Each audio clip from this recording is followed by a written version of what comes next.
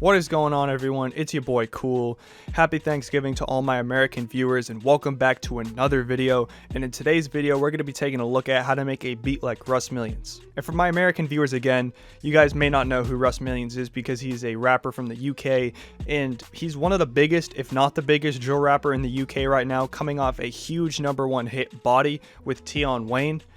And we're just going to be taking a look at how to make a beat like him right now. So when you're selecting a melody for a Russ Millions type beat, you want something that's dark, you want something that's warped, and you want something that sounds half sped. And this is why I chose this Game Over melody. It's from my latest loop kit Sans. It's free to download, so I'll put a link on screen if you want to like follow along with the video, whatnot. But let's just take a listen to the melody real quick.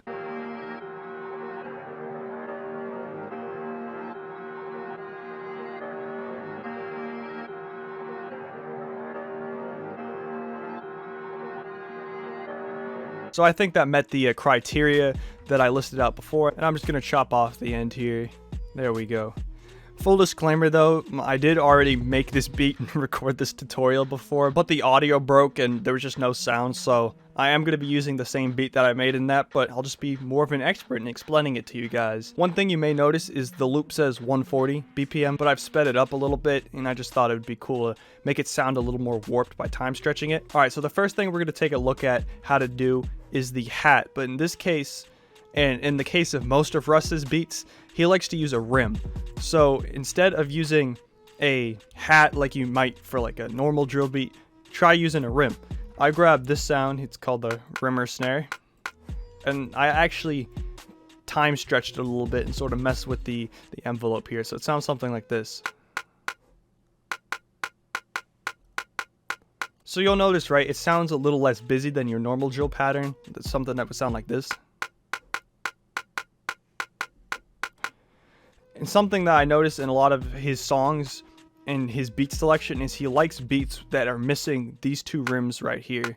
So again, I'm getting rid of these two rims, and I repeat that every 2 bars. So you got, you know, your 1 bar, which is like that. You got a normal one, and then over here you got another bar where you're missing those 2 rims that would normally go right here.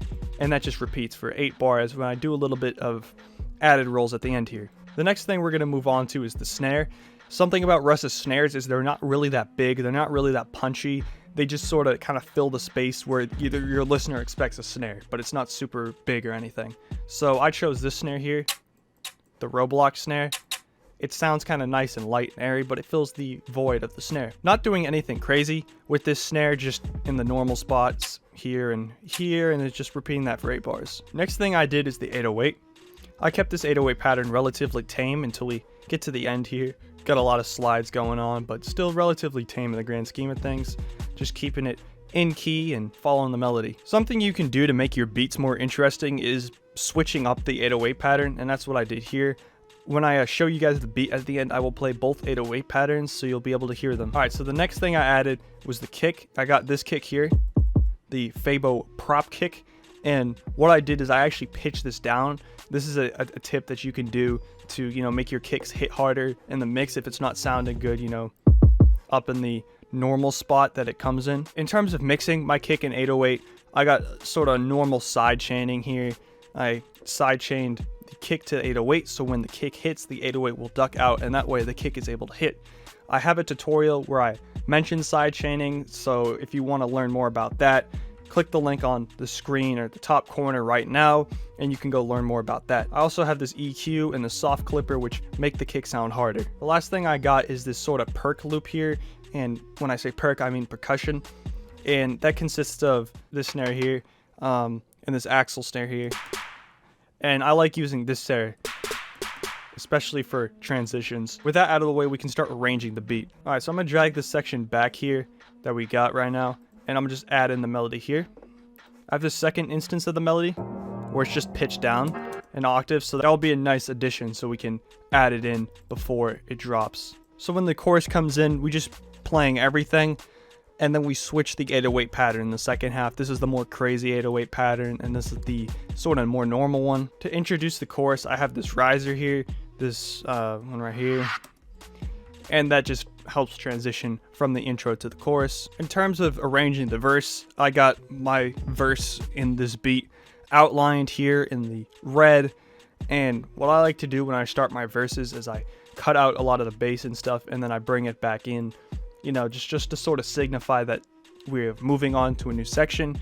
And then I just bring basically everything back in, have the percussion loop here, and then right before the chorus we go back to this pitch down melody here, and we take out a lot of the elements and then build back up into the chorus with this riser here and this percussion loop. So yeah, that's enough of me talking. I'm gonna play the beat for the beginning, and as I said, I will play both 808 patterns. But before I do that, if you guys can go down and subscribe right now, that would be great. I was on my YouTube analytics page, right, and only around 3% of the people who watch my videos are actually subscribed to the channel. So let's get that number up, guys. Go down and hit subscribe right now.